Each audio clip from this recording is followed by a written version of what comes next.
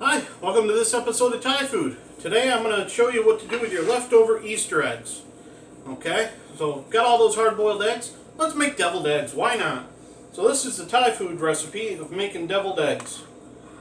Take, slice it in half, pop your yolks in the bowl, place the eggs on your egg dish, if you happen to have one. If you don't have one, then whatever you want to serve them on. And you know, as you can see where the color bled through on the Easter eggs, it adds a little like tie-dye effect. No pun intended, but you know, a little stylish. So finish cutting all these. I'm only making a dozen deviled eggs, so that's a half dozen of the hard-boiled eggs. Obviously, if you've got a dozen hard-boiled eggs and you want to make 2 dozen of these, you just double this recipe. It's real simple, and I've made it in such a way that you can do that. If you know what you're doing when you're cooking, doubling a recipe or cutting it in half, either way, it can be done easily. Just a little bit of know-how.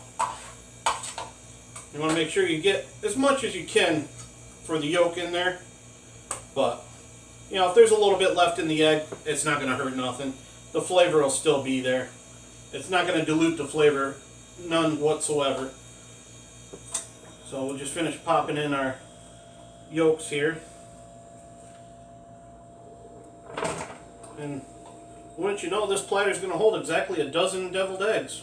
Imagine that. Almost like I planned for it.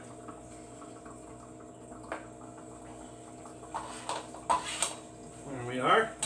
And I just had them sitting in a bowl on a paper towel. So when you rinse them off after taking the shells off, you know, it's perfectly fine. The paper towel is going to absorb all the liquid, so be good to go. And there we are. Go ahead and get all the little pieces in there. Put that in the sink. And so I want to start with some roasted garlic, because, you know, that's my go-to in my kitchen usually. And just go ahead and, I'm only using a 1/4 teaspoon of roasted garlic here. So that's why I'm just dishing it out with a butter knife here. So 1/4 teaspoon is all you need for this. Because you don't want, well, unless you throw it on the counter, then you're going to need more. But, you know, it happens. Counter's clean, so I'll just scoop it up and put it in there. It's hard to work with such a small spoon sometimes when you got big hands, but it happens. So there's 1/4 teaspoon, minus a little that's on the counter, but that's alright, no big deal. And now we got a 1/2 teaspoon, and we've got granulated garlic, granulated onion, and smoked paprika. And I'm doing exactly 1/2 teaspoon of every single one of these. If I can get the spoon in there, helps if it goes the right way. So, and you want a level 1/2 teaspoon.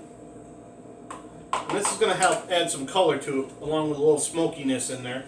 And it's not as smoky as you might think. There's a granulated onion. And that'll absorb some flavor and help flavor it right there. And now the garlic. Because, you know, I like garlic. So, there's all that.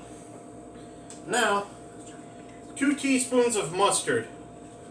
And you want to use just a regular, normal, household yellow mustard. Now, if you want to get fancy, you can use a whole grain mustard if you want it in this. And it'll add a little more pop to it. There's 1. And there's 2.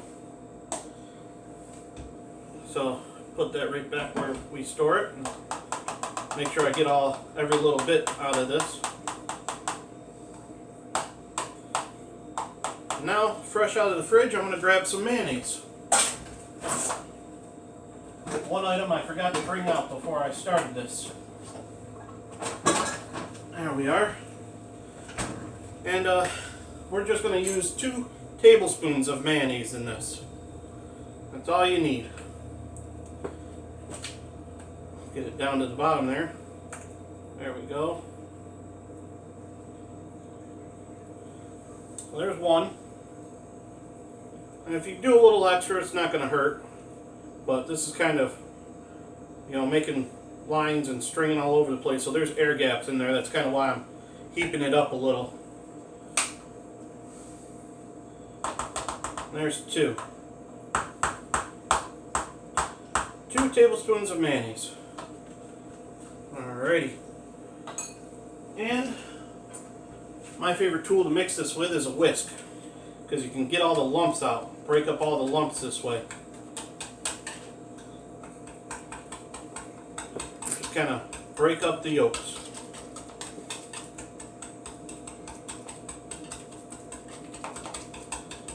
Get it all lumpy, and then smooth it right out.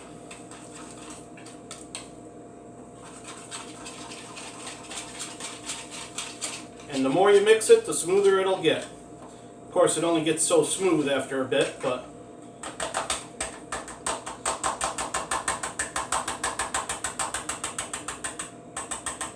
knock it back out and then go back at it again. Now you could use a blender for this too if you wanted to, but I find hand mixing it is my preferred method. Smaller whisk would help probably, but of course if you're doing a bigger batch you want a bigger whisk. Now if you've got a piping bag, once you get this all mixed, then you could you know, just put it in a piping bag and pipe it right into the eggs. But I'm just going to hand load them with a butter knife.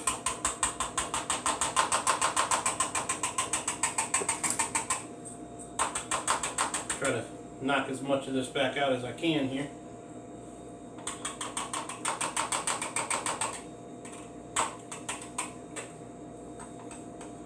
And it looks just about right.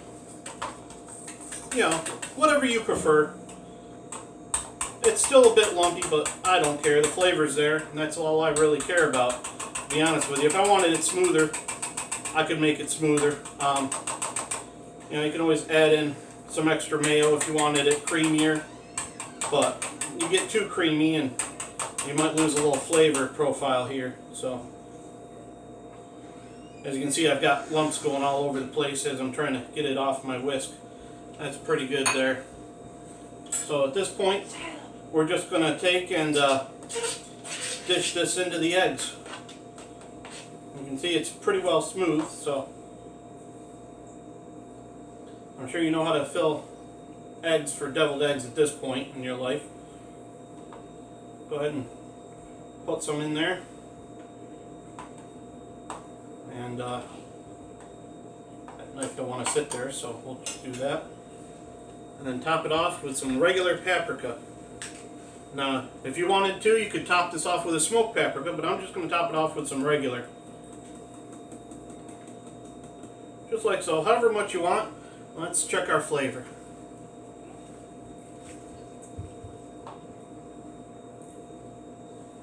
Oh yeah. You want to try one? Alright. Make one more for Shiloh to try here.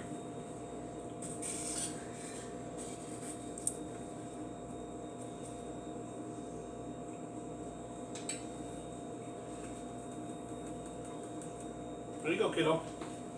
Come on in, don't be scared.